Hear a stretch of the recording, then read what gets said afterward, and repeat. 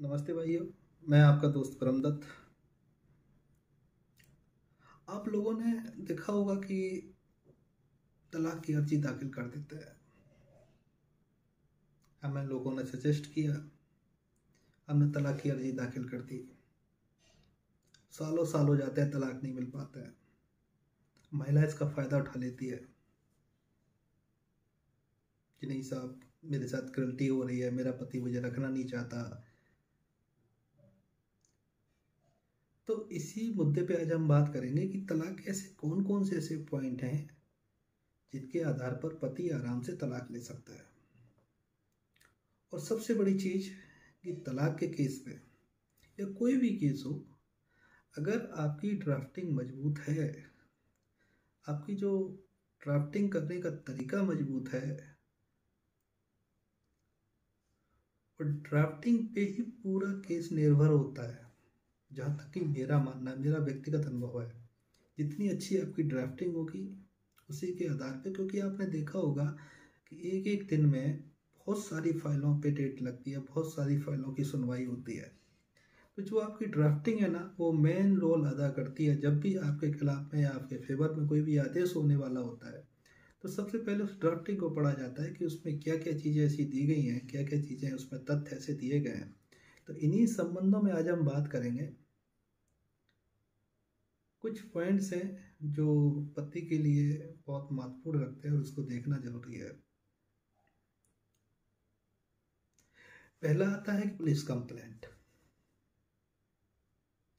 आपने देखा होगा कि आपकी पत्नी आपको छोड़ के गई, आपने कहा कि नहीं वो हमारी पत्नी, आप भावनात्मक हो गए, आपने कोई इन्फॉर्मेशन पुलिस को नहीं दी,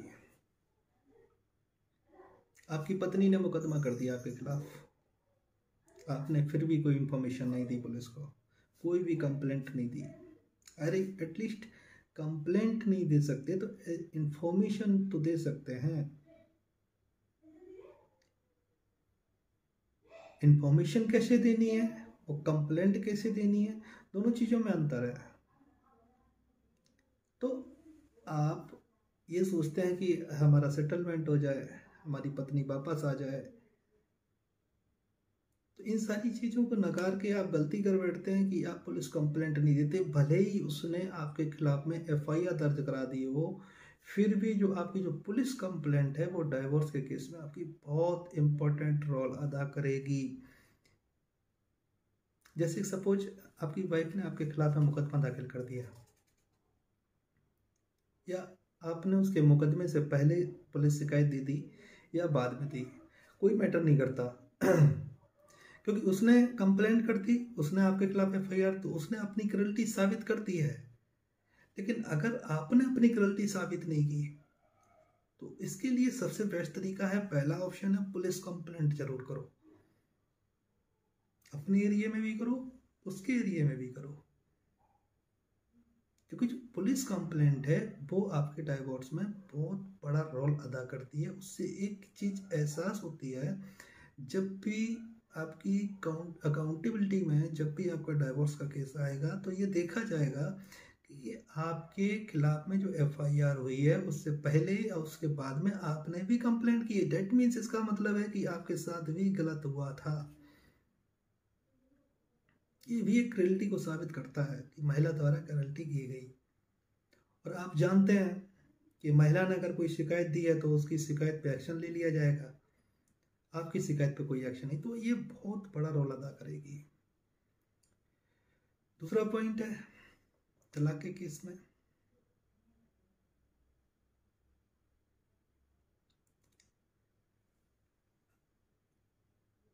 अगर आपकी वाइफ एडल्ट्री में है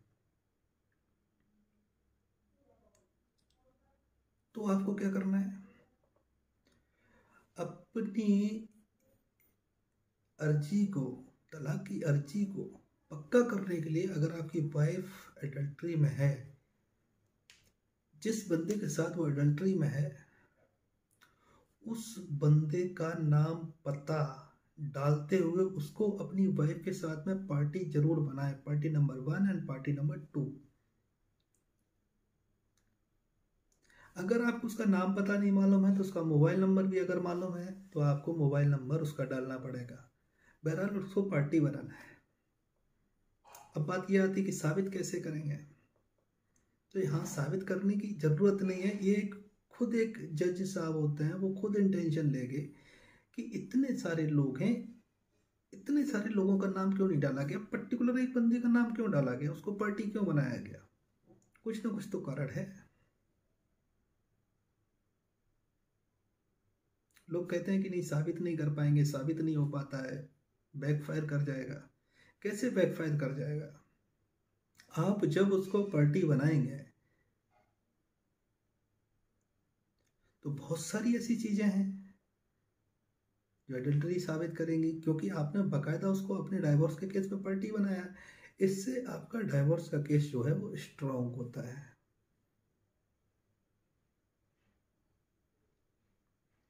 आज की डेट में आधार कार्ड चल रहे हैं, आधार कार्ड से सारे मोबाइल नंबर लिंक होते हैं, अकाउंट नंबर, सारी चीज़ें लिंक्ड है। आपने पार्टी बना दी, अगर वो डिनाई करने की कोशिश कर रहे हैं तो अब आधार कार्ड से उसका सारे रिकॉर्ड मंगा सकते हैं, तो कहीं ना कहीं तो पकड़ में आ ही जाएगा। तो इसलिए अगर आपकी वाइफ एडल्ट्री में है तो उसको डाइवोर्स की पिटीशन में रिस्पोंडेंट जरूर बनाएं।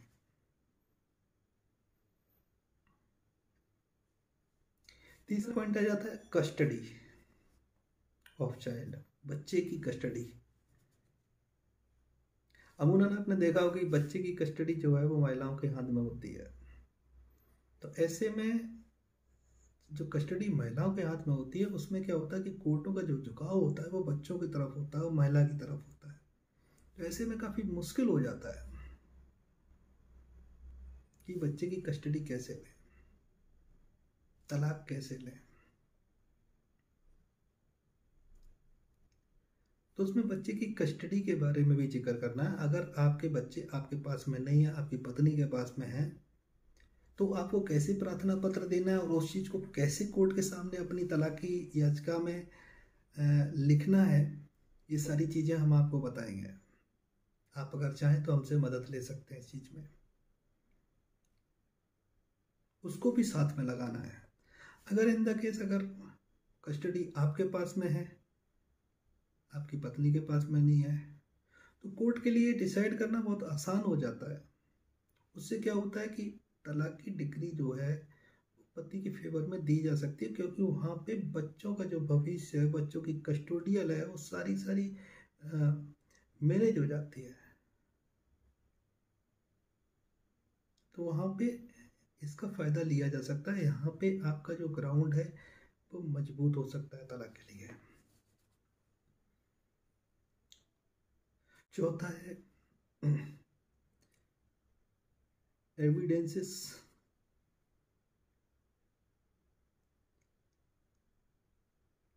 आपके पास एडल्ट्री के एविडेंसेस हैं, आपने कोई मुकदमा जीता है, आपकी पत्नी के खिलाफ कोई कार्रवाई हुई है, आपके पास कोई ऑडियो रिकॉर्डिंग है, कोई वीडियो रिकॉर्डिंग है, कोई व्हाट्सएप चैट है। तो मैं आपको यहाँ पे एक चीज़ बता दूँ कि जो ऑडियो रिकॉर्डिंग है और व्हाट्सएप चैट है, ये सेकेंडरी एविडेंस में आते हैं और इनका कोर्ट में कोई महत्व नहीं है जब तक कि इनको एक प्रॉपर वे में नहीं रखा जाए। तो प्रॉपर वे में रखने के लिए क्या करने पड़ेगा, क्योंकि जज लोगों के पास में इतना टाइम नहीं होता है कि वो आपकी रिकॉर्डिंग सुनेंगे, वो आपके वीडियो देखेंगे। तो आपको एक प्रॉपर फॉर्मेट में लेके जाना है। याद रखें, फॉर्मेलिटेड नहीं होनी चाहिए रिकॉर्डिंग, डबिंग नहीं होनी चाहिए, कट नहीं होनी चाहिए, ओरिजिनल डिवाइस सुरक्षित रखना होगा। ये सारी चीज़ें आपको मैनेज करनी पड़ेंगी। ये कैसे आपको आगे चल कर एविडेंस मिलाना है, ये सारी चीज़ें उसके बारे में हम आपको बताएंगे। तो यहाँ पे भी आपका जो तलाक का जो अर्जी है वो आप पक्का तरीके से ड्राफ्ट कर सकते हैं। तो ये सारे जो मेन पॉइंट हैं, जो 4 पॉइंट हैं, ये आपको तलाक दिलवाने के लिए बहुत ही सहायता दे सकते हैं। इसी के हिसाब से आप ये चीज़ देखें कि आपके पास क्या एविडेंस है, कैसे आपको केस लड़ना है, कैसे आपको अर्जी, और मैं फिर से एक बार बोल रहा हूँ कि जितनी डाइवोर्स की अर्जी आपकी मजबूत तथ्यों पे होगी उतना ही आपको फायदा मिलेगा। और इसमें साथ साथ honourable high court, honourable supreme court की रूलिंग का भी हवाला दें, क्योंकि हम लोग कभी कभी क्या करते हैं कि डाइवोर्स की पिटीशन या कोई भी पिटीशन लिख देते हैं, उसमें रूलिंग का हवाला नहीं देता है। बाद में हम लोग जब बहस होती है तब देने लगते हैं, तो वो अकाउंटेबिलिटी में नहीं आती है वो चीज़ें।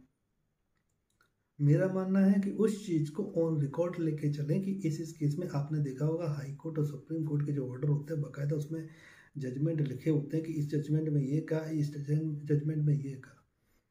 तो इस तरीके से आप अपनी तलाक की अर्जी बना सकते हैं और फ़ायदा ले सकते हैं।